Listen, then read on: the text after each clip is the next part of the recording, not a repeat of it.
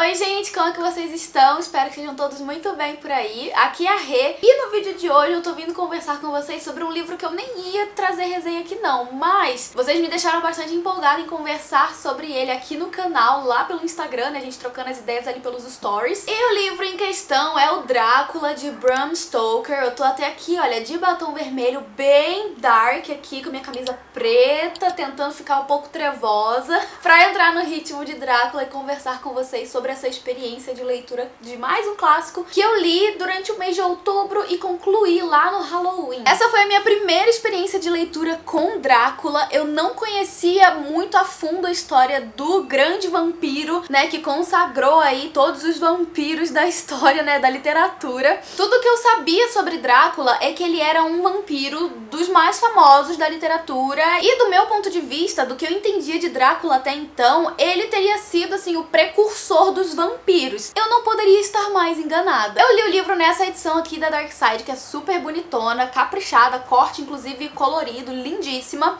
mas não apenas bonita, ela tá cheia de textos de apoio anterior. Tem um prefácio aqui escrito por, deixa eu até pegar aqui o nome dela, que essa moça, ela sempre escreve prefácios de clássicos publicados pela Dark Side e os textos dela são muito bons. É a Márcia Heloísa.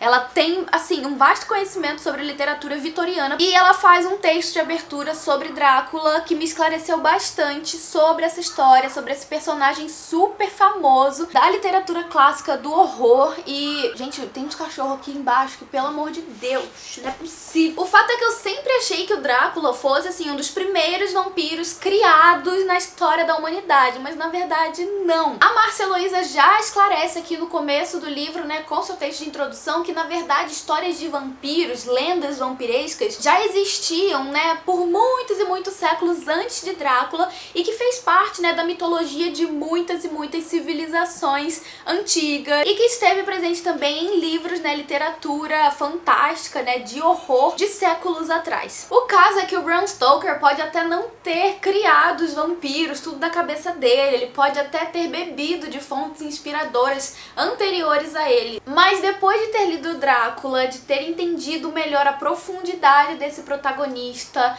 de todo esse universo vampiresco que o autor cria, eu fiquei com a impressão de que ele pode até não ter criado os vampiros, mas ele foi o precursor, eu diria assim, dos vampiros contemporâneos, sabe? Os vampiros modernos que vieram depois de Drácula. Eu me lembrei muito, por exemplo, dos vampiros de Anne Rice, de Entrevista com o Vampiro, que é um livro que eu ainda não li, mas já tive contato com as histórias pelos filmes. Logo após, agora recentemente, né, mais recentemente pra nós, teve aí o surgimento da série Crepúsculo. E Crepúsculo foi justamente o meu contato com vampiros, assim, mais recente. E é o que eu tive mais, eu diria, profundidade no universo vampiresco, sabe? Quando eu li Drácula, que eu entendi melhor como que eram os vampiros raiz, digamos assim, eu percebi que não tem muita semelhança, sabe, entre eles. Além do fato de tomarem sangue, né, humano pra se alimentar, eu não vi muitas semelhanças. Gente, tem um cachorro em algum lugar aqui na minha vizinhança que tá se esgoelando, coitado, ele vai acabar o dia hoje sem voz. Então,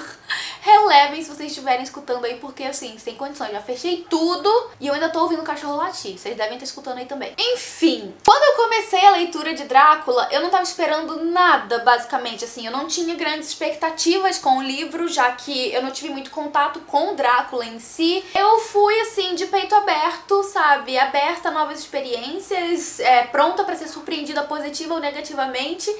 E foi uma surpresa muito positiva. Eu confesso que, assim, todo clássico, né, quando é um livro muito aclamado, tipo, super aclamado, super lido por muitas pessoas que eu conheço e recomendado e tal, eu já começo o livro meio temerosa, sabe, com aquele receio de que não vá funcionar pra mim. Mas, gente, isso aqui dá facilmente pra você engolir como se fosse um pote de sorvete. A história apresentada pra gente por Bram Stoker, na verdade, é narrada em cartas, diários, notas de jornal. Então a gente tem vários personagens, né, que a gente vai vendo aqui ao longo da história, narrando, contando, né, parte dos seus dias em diários. A gente já começa a história com os diários do Jonathan Harker. Ele é um advogado que tá indo de Londres para a Transilvânia porque ele tem lá na Transilvânia um cliente que é o Conde Drácula. Esse conde tá comprando residências na Inglaterra. E o Harker é então o advogado dele, é o cara que tá por trás ali de todas essas compras, ele precisa se encontrar com o seu cliente. Então a gente já acompanha aqui no começo do livro, né, toda essa trajetória dele viajando até a Transilvânia, e aqui a gente vai ter muito de uma ambientação muito sombria, sabe, que o autor vai empregar nessas impressões que o Harker tem nessa viagem. Então desde o trem, assim, ele vai vendo, né, como é uma paisagem bastante erma, como existem muitos cenários, né, cenas assim com muita neve, coisas afastadas, sabe, essa questão do desconhecido, porque ele tá indo pra um lugar que ele não consegue se expressar completamente. Apesar de ele conseguir, né, se comunicar, ele ainda assim não tá num lugar que é um lugar, digamos assim, de zona de conforto pra ele, sabe? Ele tá ali dando as caras pro desconhecido. E tudo vai ficando mais interessante conforme ele vai se aproximando do castelo ao longo das suas viagens. Ele vai tendo contato com pessoas ao longo do caminho que sabem, né, entendem pra onde ele tá indo e começam a, né, benzer ele, a, enfim, rezar, etc. E ele começa a achar até muito curioso tudo isso, né, toda essa superstição, porque ele vai meio que ter um olhar como se aquelas pessoas fossem, digamos assim, atrasadas, como se elas fossem, sabe, um pouco supersticiosas demais pra época. Ele não entende a princípio, mas vai aceitando tudo aquilo, né, já que tá tudo sendo apresentado pra ele ali de primeira vez, sabe, a primeira vez dele naquele lugar, conhecendo aquela cultura, aquelas pessoas. Então ele só segue viagem achando que aquilo tudo ali é uma grande bobagem. Conforme ele vai chegando no castelo, que ele vai tendo contato com coisas muito estranhas, um cara que vai lá buscar ele de carroça, sabe, quando ele desce do trem, é um cara que vai lá de carruagem buscar ele, é uma pessoa muito estranha, que parece ser muito forte, um homem distinto. Ao longo do trajeto ali nessa carruagem até o castelo, a gente vai vendo que vai chegando cada vez mais perto da meia-noite, vai tendo uma névoa, vão chegando animais, sabe, ele vai ouvindo barulho de lobos uivando ao longe, e tudo isso com o passar da leitura vai criando aquela atmosfera que a gente já tá acostumado a encontrar nos filmes mais sombrios, mais, né, de vampiros nesse sentido. Aqueles filmes também de fantasma, sabe, em que a gente tem aquela cena à noite, em que tá tudo muito cheio de neblina, ao longe você vê um castelo, sabe, super obscuro, que tem esse ser aí, né, que tá agindo de uma forma muito estranha, tem toda uma série de acontecimentos ali que estão acontecendo no pano de fundo que vão contribuindo para que a situação seja ainda mais estranha, ainda mais única. E é assim que a gente vai acompanhando Jonathan Harker a partir das próprias perspectivas dele, até que ele chegue no castelo de Drácula e ele tem ali o seu primeiro contato com o seu cliente. Eu, enquanto leitora que já sabia que o Drácula era um vampiro, eu fiquei muito apreensiva e muito nervosa nesses primeiros contatos com ele, porque eu ficava o tempo todo assim, eu não sabia o que ia acontecer a princípio, mas eu ficava o tempo todo pensando, meu Deus, é agora que ele vai dar uma bocanhada nesse homem e vai matar ele? É agora que ele vai transformar esse homem num vampiro? Só que eu fui descobrindo que as coisas não são bem assim, né? O Drácula, ele é uma criatura muito calculista, sabe? Ele tem seus planos, ele quer muito ir pra Inglaterra, ele quer muito chegar na Inglaterra, e ele quer ir pra Inglaterra se portando como um homem inglês. Então, logo a princípio, assim, nas primeiras conversas dele com o Harker, a gente vai ver ali nessas primeiras cenas ele perguntando pro Harker como que ele pode se passar por ser ainda mais inglês, como que ele pode melhorar o idioma dele, a pronúncia dele.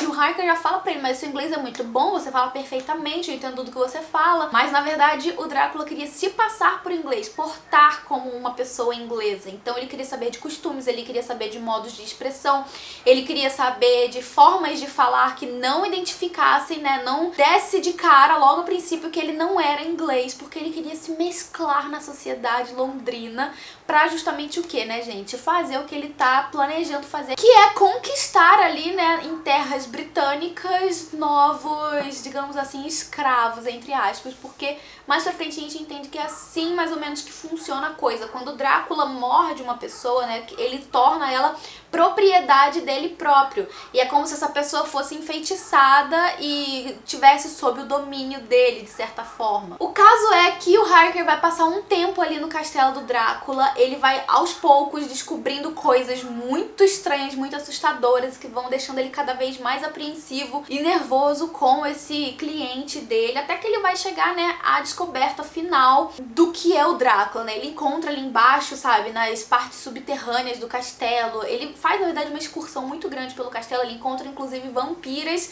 que são vampiras criadas pelo Drácula. Ele vê cenas realmente, assim, de horrorizar. E ele vai, né, nessa estadia que ele tem ali no castelo do Drácula, ele vai descobrir a real natureza do cliente dele. E de alguma forma ele vai ficar sumido por muito tempo e ele vai aparecer logo depois, né? O Harker, no caso. E nesse momento do livro, depois que a gente já tem esse contato do Harker com o Drácula, a gente vai percebendo também cortes na narrativa, porque a gente vai tendo não só a narrativa do ponto de vista do Jonathan, como também da Mina, que a Mina é uma espécie de namorada do Jonathan, né? Eles estão prestes a se casar, então ela é tipo noiva dele, assim. E a gente vai ter então passagens do diário da Mina e também passagens do diário do Dr. Seward, Dr. Seward, eu acho que é assim que pronuncia o nome dele. Ele é um jovem médico psiquiatra que trabalha de fato num manicômio, enfim, a gente vai vendo ali a perspectiva dos dois, né, como os dois vão introduzindo partes diferentes da história. Isso eu acho bem interessante, porque a gente vai tendo fragmentos de perspectivas de diferentes personagens que vão falar de coisas, assim, a princípio aleatórias pro leitor, mas que ao longo da narrativa a gente vai percebendo como uma coisa vai se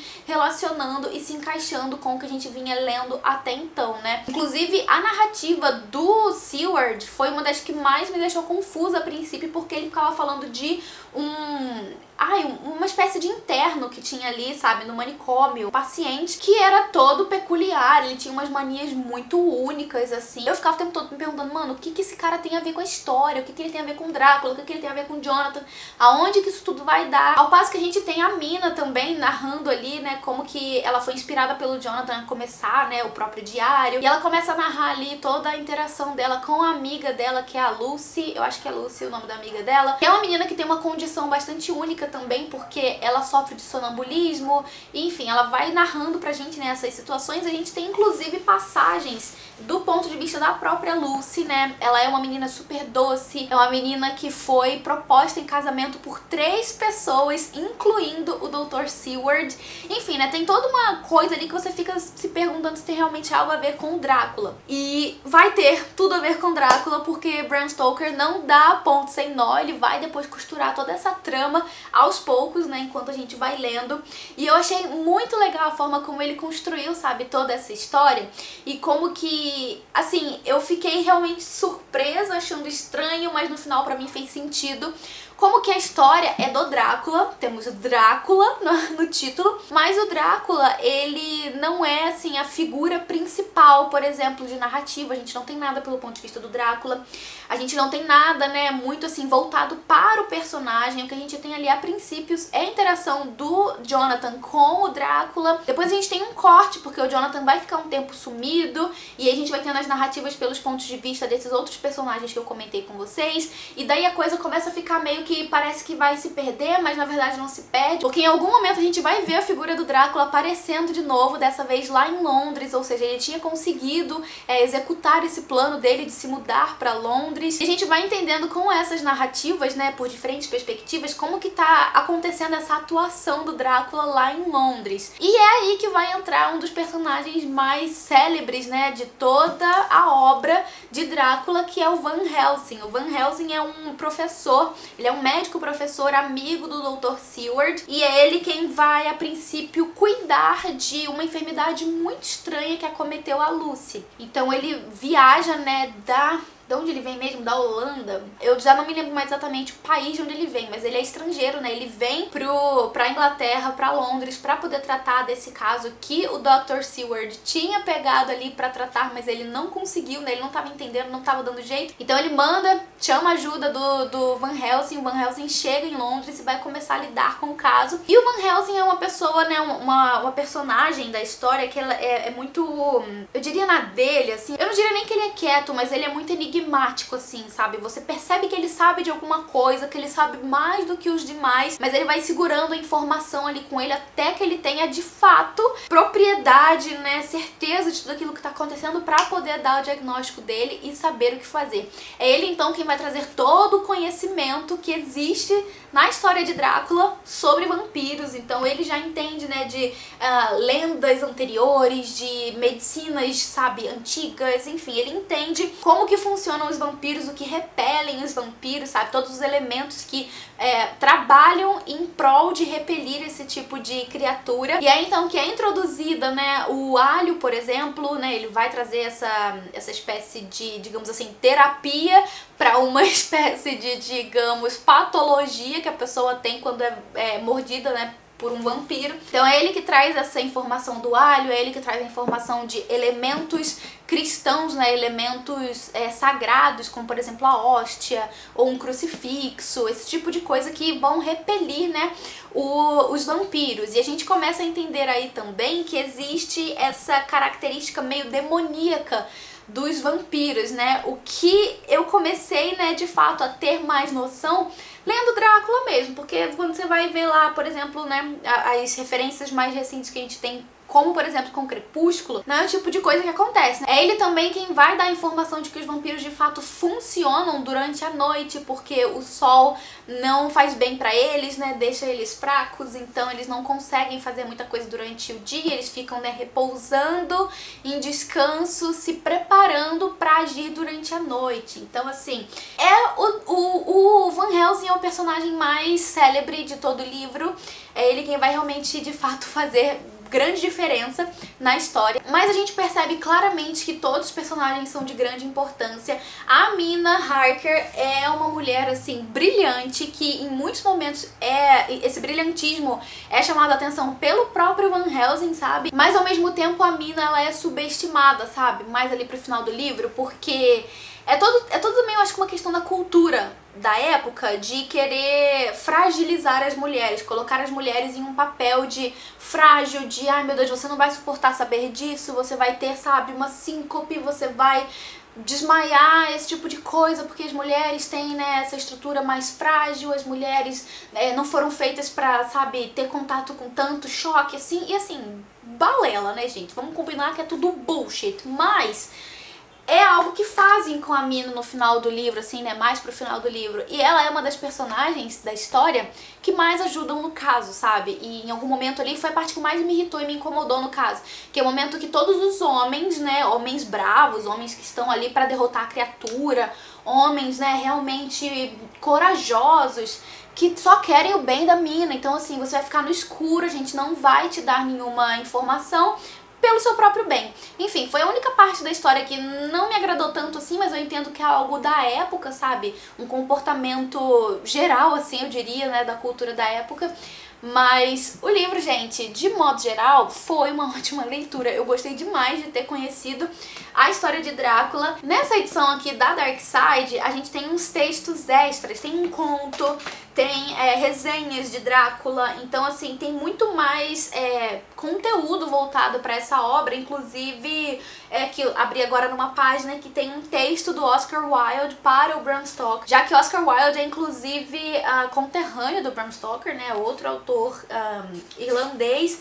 Então assim, tem muito mais conteúdo aqui pra trás, tem inclusive cartas, sabe, textos, manuscritos que foram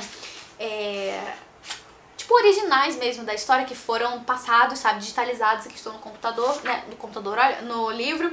Então assim, tem muito mais conteúdo sobre Drácula pro final da história, por isso que a edição inclusive fica grande, mas assim, gente, eu amei demais o livro. Não posso dizer que pra mim tenha sido uma leitura com o mesmo ritmo ao longo de toda a experiência, porque eu comecei o livro assim, gente, tranquila, sabe, na paz, então eu tava devorando a história, eu lia muito rápido tudo que acontecia. E esse livro aqui, né, essa edição da Dark Side, tem inclusive uma diagramação que tem umas fontes, né, uma fonte bem pequena.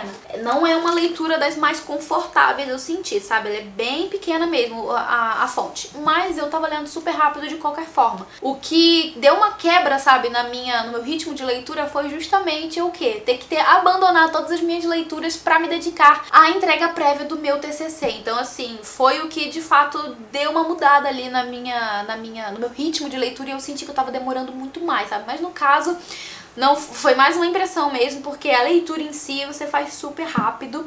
Então, gente, eu falei muito nesse vídeo, inclusive esse aqui é um conteúdo cheio de spoiler, né? Então me desculpa aí, eu vou tentar deixar um aviso no começo do vídeo de que o vídeo contém spoiler. Mas fica aqui a minha sugestão se você ainda não leu Drácula, se você tá pensando em ler e, enfim, precisa de um empurrão. Leia, acho que você vai gostar. Faça uma divisão aí, né, de um cronograma, de leituras e assim, se você gosta do tipo de livro, né, de fantasia, de horror, né, clássico assim, fica aqui a sugestão. E eu acho até interessante pra nossa geração de agora, né, entender melhor de onde vieram os vampiros, sabe? Da onde que veio, né, essa figura. Então fica aqui a minha sugestão pra vocês. Essa edição aqui da Dark, como eu falei, tem uma fonte pequena, mas se você não se incomoda com esse tipo de característica, eu acho até interessante que você leia por ela, porque eu não tive contato com outras edições, mas essa aqui tem bastante texto de apoio que é muito interessante e enriquece ainda mais a nossa experiência de leitura. E era isso então que eu tinha pra vocês hoje, eu espero que vocês tenham gostado. Comenta aqui embaixo o que você achou do vídeo, se você já leu o livro, se você leu o que você achou, se você tá pretendendo ler, comenta aqui embaixo, vamos trocar uma ideia sobre a história de Drácula, né? Quero finalizar o vídeo agradecendo a todos os membros aqui do canal por todo o apoio, por serem tão incríveis,